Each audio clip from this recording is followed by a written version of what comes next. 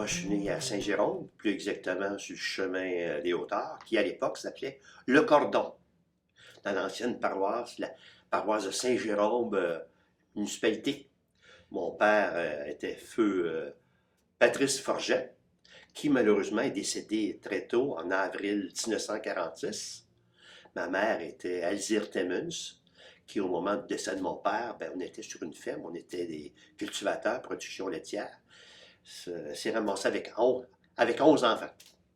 Heureusement, on demeurait sur une ferme. On était très autonome. On avait le lait, on avait le bœuf, on avait les poules, on avait des manchants pour les patates, les carottes, tous les légumes, les pommes, le raisin. Puis en plus, on faisait du sirop d'érable l'hiver.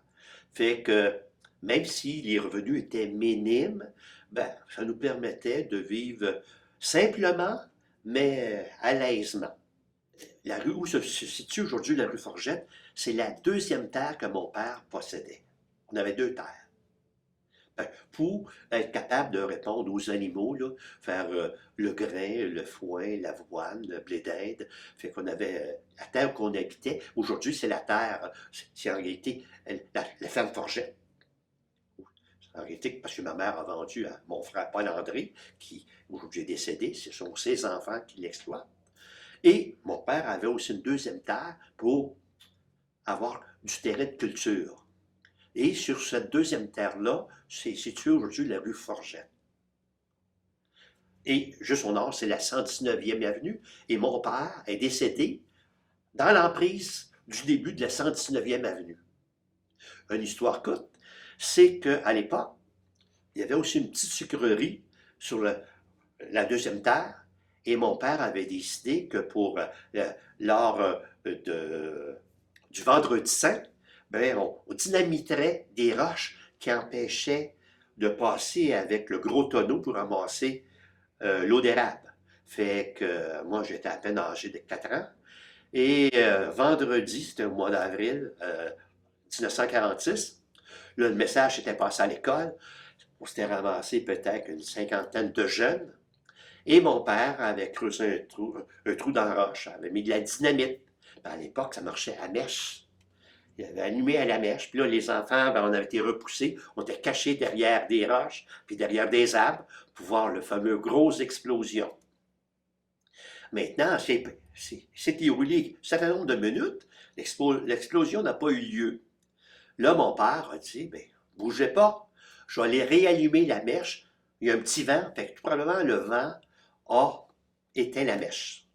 Puis dès qu'il est arrivé près du caillou, le caillou a explosé. Puis là, mon père est décédé. Mais moi, j'étais tellement jeune, là, je me souviens, mais c'est très vague, très vague. Je sais qu'on m'a ramené à la maison, puis on m'a ramené chez nous. C'est très vague. Mais c'était aujourd'hui où passe la 119e avenue, qui monte vers la montagne. Et juste la rue au sud de la 119e, c'est la rue Fourchette. Oui, il y avait eu un reportage dans le journal La Presse. Parce qu'à l'époque, lorsqu'il y avait un décès, la personne décédée était exposée à domicile. Puis c'était la maison Trudel, mais l'arrière-arrière-grand-père de ceux qui sont propriétaires d'aujourd'hui, il avait un petit peu décoré la figure de mon père parce qu'il avait été défiguré. Une tombe fermée pour qu'il puisse se conserver. Puis on veillait le corps jour et nuit. Puis ça durait 3 jours de temps. La funéraille avait lieu la 4e journée. Puis le directeur de pompe funèbre à l'époque fournissait par jour une petite canisse de whisky de contrebande. Parce que les gens, extrêmement disaient, ben, on va aller fumer dehors, on va aller prendre de l'air. Mais en même temps, il allait prendre un petit verre de petit vin. C'est pour ça que ça motivait les gens à passer la nuit debout. Parce qu'il y avait toujours du remontant pour les relever. Fait qu'il n'y a jamais manqué de personne pour veiller la personne morte. Oui. Ce qui arrive, c'est que ma mère, c'était une Timmins, mon père, c'était une Forgette. Les deux familles étaient voisins à la base de la première grosse côte sur le chemin des Hauteurs. Là. Première grosse côte, du côté de la côte, c'était la famille Timmins, puis au sud, c'était la famille Forgette. Mon père fréquentait ma mère. Comme les Timmins, c'était des bleus, puis les Forgettes, c'était des rouges. Fait que mon grand-père Forgette a dit à son fils, tu marieras jamais une petite Timmins. Sinon, tu es déshérité. Donc, mon père avait rencontré, par suite, qui avait sorti avec ma mère, une Madame Terrien de la Côte-Saint-Pierre à Saint-Janvier, puis a marié Madame Terrien. Ensemble, ils ont eu 3 enfants. Et Madame Terrien est décédée. Là, mon père avait reçu de mon grand-père la ferme où se trouve la ferme Forgette aujourd'hui. Il lui avait donné la ferme, avec les modalités là, pour qu'il soit clair et net. Fait que là, il lui s'est dit, comme j'ai déjà la terre, les arrangements sont faits, maintenant, je suis veuf, je peux marier ma bien-aimée Alzire Timmins. Il a marié Alzire Timmins en deuxième noce. Est-ce qu'il y a eu, est-ce qu'il y a eu des enfants? Oui, 8 enfants de la deuxième union. Si je ne me trompe pas, il y a eu un Forget aussi qui a été soit maire ou conseiller municipal à La Fontaine. Quand Mon frère, le plus vieux, Lionel, celui qui, vers les années 47-48, a acheté la deuxième terre où se trouve la 119e avenue. Lionel. Il a été peut-être 20 ans conseiller municipal. Puis, il a développé sa terre en lot, en terrain. Il a développé la rue Forget. Puis, à un certain moment donné, il a osé se présenter à la mairie contre M. Laroche. Et là, M. Laroche lui a dit à mon frère, parfait, tu te présentes contre moi, tes développements, là, si je gagne, tu n'as plus de développement sur ta terre. Comme de raison, M. Laroche avait été élu. Fait que mon frère, sa terre, plus de développement. Fait qu'il a vendu sa terre qui n'était pas développée, il avait vendu ça à M. Trudeau, parce qu'il ne pouvait pas avoir de développement. Et là, vous êtes au cordon, vous allez à l'école d'Oran, j'imagine? Oui, je vais à l'école d'Oran. Et ma première année, là, c'était un petit peu spécial. C'était la maison de Bois-Clair aujourd'hui, sur la rue qui mène à l'ancienne Caravelle. Là. Il y avait 2 classes. La première maîtresse enseignait de première à quatrième année. L'autre maîtresse enseignait de 5e à 7e. Les 2 maîtresses habitaient au 2e étage. Maison en pignon. Ça, c'était la première année à l'école.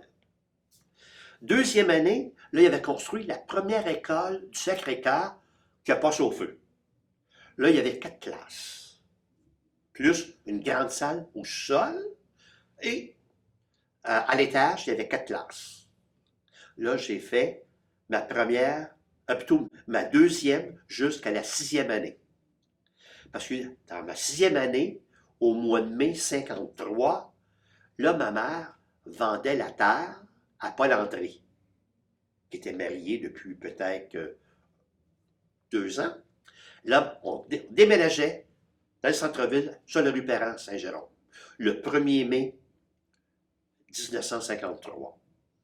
Par contre, comme j'avais commencé ma 6e année à la Fontaine, puis à l'époque, les maîtresses n'étaient plus logées dans l'école, et habitaient à Saint-Jérôme, fait que je voyageais en taxi contre rémunération, ben, en même temps qu'eux, je me rendais chez elle, elle habitait sur la Belle. Puis, soir et matin, j'ai terminé mon école, ma 6e année, à La Fontaine, ça veut dire à l'école du Cordon. 7e année, le vieux collège. 8e année, comme à l'époque, j'étais le dernier, le plus jeune des 11 enfants. Il fallait faire soit un prêtre ou un frère, puis il n'y en avait pas dans la famille. Fait que le curé de la paroisse avait poussé fort sur ma mère pour que j'y aille au séminaire. Fait que ma mère m'avait inscrit au séminaire Sainte-Thérèse 1 an. Mais le latin, j'étais pas fort. Puis le grec, juste à l'entendre parler, là, non, c'était pas pour moi. Donc, j'ai fait mon élément latin. Puis 8e, 9e, collège pensionnaire chez Claire Saint-Viateur à Radon. Et en 11e année, retour dans le vieux collège à Saint-Jérôme. Parce que je n'ai pas connu, moi, les écoles polyvalentes comme Frénette, polyvalente, pas connu ça.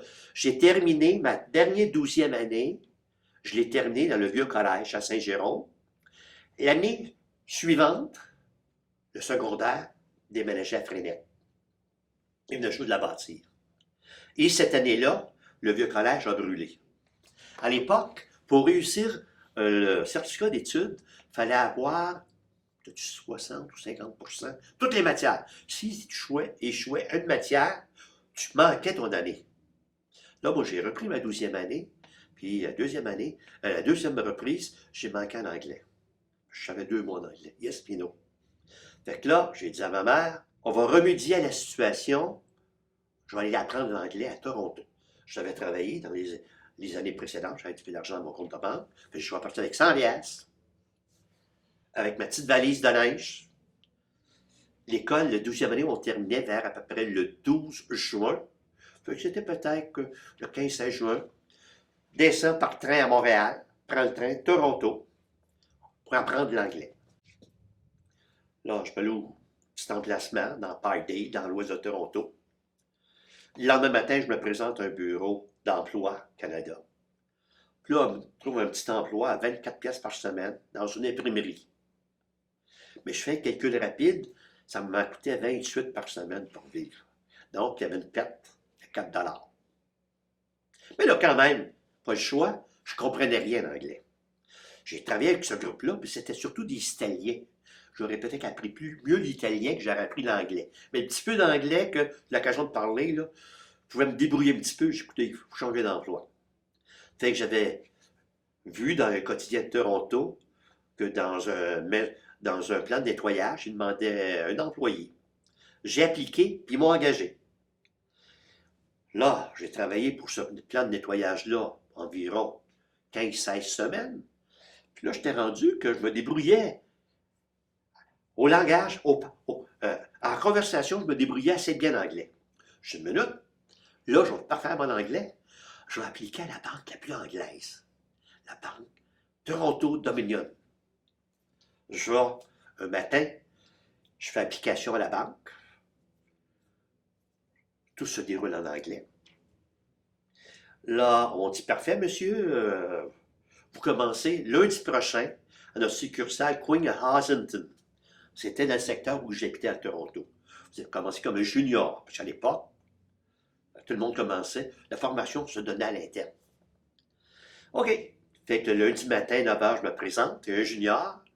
Parce qu'il n'y avait pas de cafetière dans les succursales à l'époque. Là, on est en 61.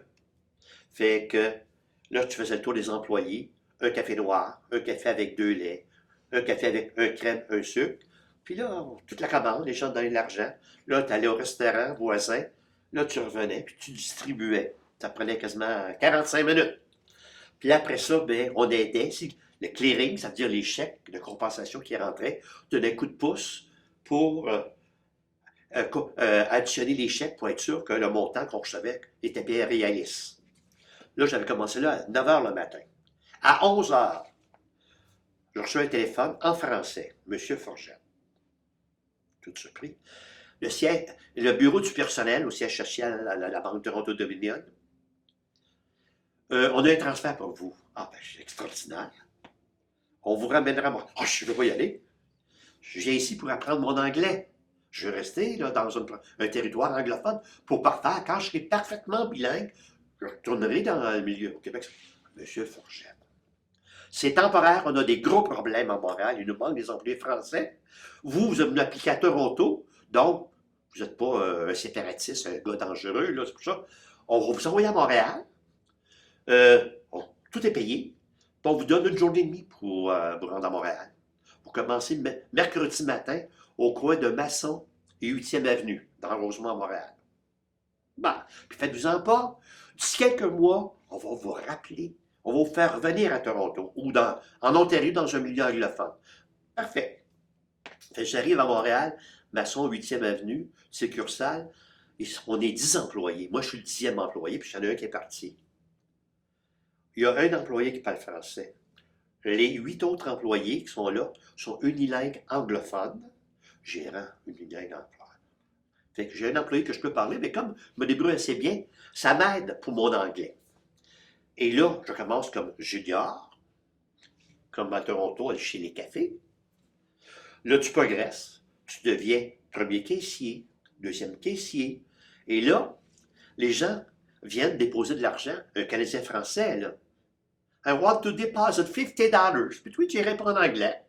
Au téléphone, good morning, Toronto Dominion Bank. T'appelais, je sais pas à l'époque, good morning, Bell Canada, good morning, Morgan Eaton, ou Montreal Like Power, puis c'est l'Hydro-Québec qui n'existait pas, là. Tout se faisait en anglais.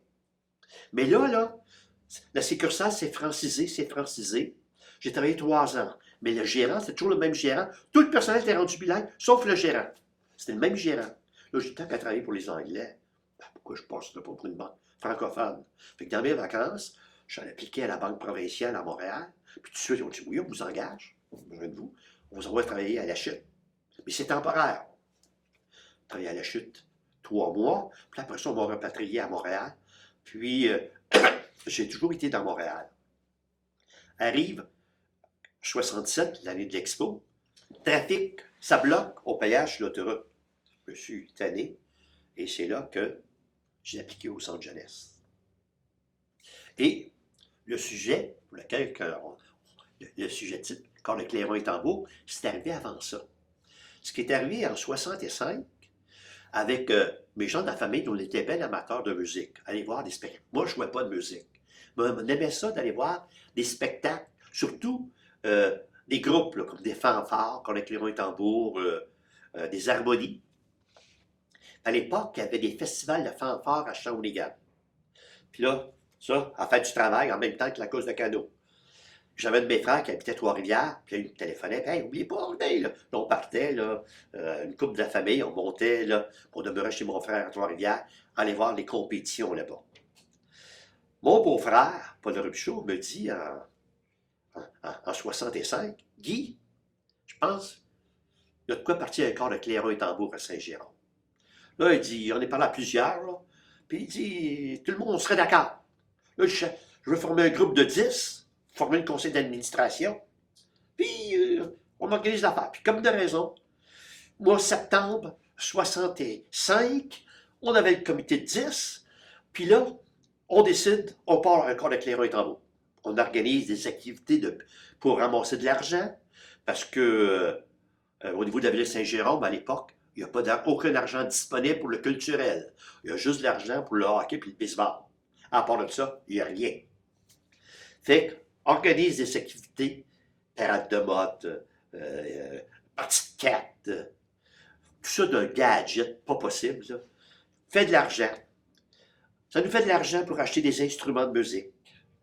Et là arrive le printemps 66. On réserve l'aréna, mais il fallait payer. Puis en plus, on aimerait ça aller pratiquer dans l'aréna. C'était Pierre Urtubis qui était le directeur des loisirs de la ville de Saint-Jérôme à l'époque. Puis il dit, écoutez, on peut faire un arrangement avec vous autres. Si vous venez casser la glace, je vais vous passer l'aréna pour pratiquer le corps de Clairon avant votre gala musical qui a lieu au mois de mai. Non, mais ça marche. Fait qu'on avait organisé jour et nuit, là, durant 3-4 jours, là, avec des haches, des crowbars, des pelles, sortir ça avec la petite barouette, dans les domper ça en arrière. Cleaner ça au complet, puis là, on avait le droit d'aller utiliser la glace, plutôt la surface en ciment, pour finaliser notre spectacle pour le grand show qui avait lieu vers le milieu du mois de mai.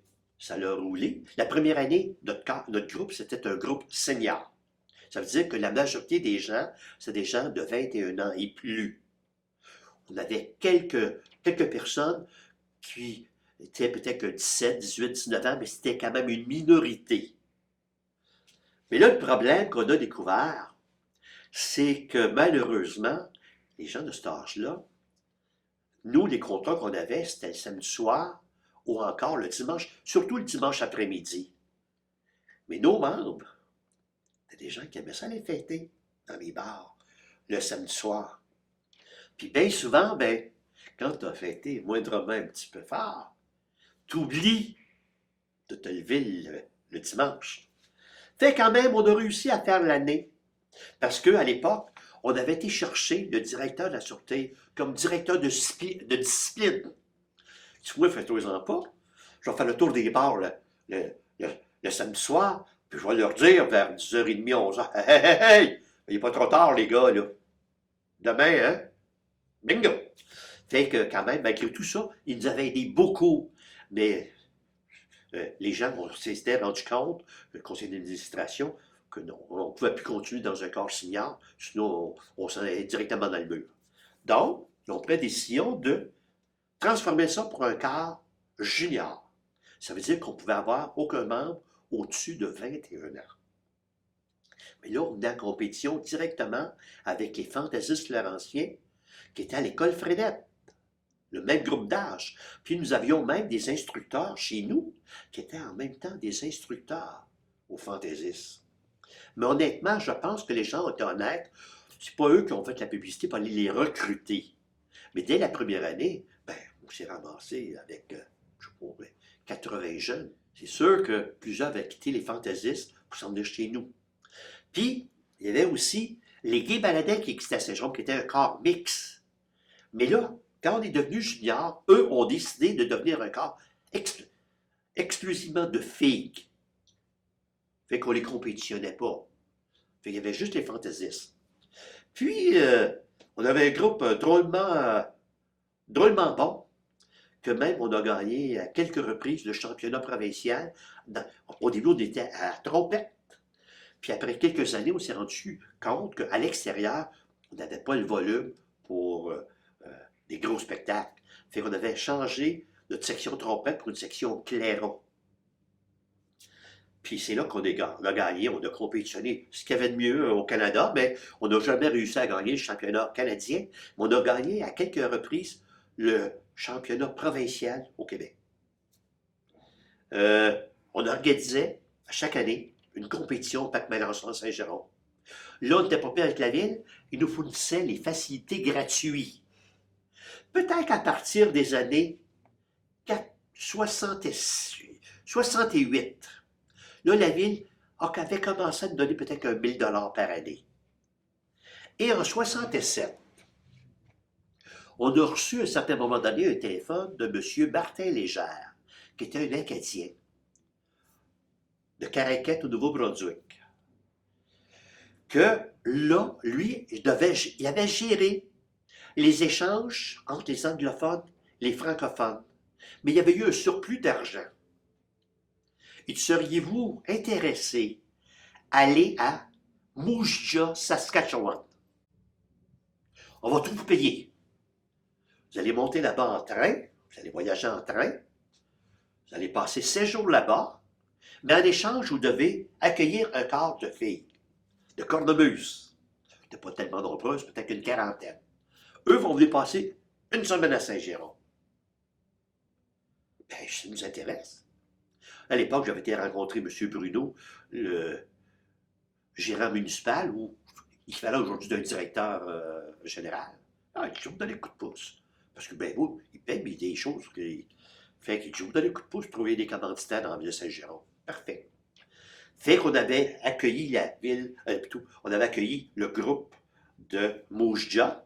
C'était logé dans des familles, ici, à Saint-Jérôme, puis il était au plus d'une quarantaine. Puis, le groupe de 4 qui les accompagnait, eux étaient logés à l'Hôtel La Pointe. L'Hôtel La Pointe nous avait offert la commandite. La vieille Hôtel La Pointe, qui n'existe plus aujourd'hui. Puis, 3 semaines plus tard, en août, en train, on s'est dirigé vers Moose Jaw. Puis là, c'était toute une découverte pour nous, parce que souvent, le chef de train avait 10 minutes. Ça, dit le train, on arrête souvent, là. Puis des fois, on arrête 1 heure dans une gare. Il dit, vous ne pourriez pas sortir vos instruments de musique puis nous faire un petit spectacle? Bien, certainement. Fait que, je m'en souviens, là, c'était surtout des communautés autochtones dans le nord de l'Ontario, là.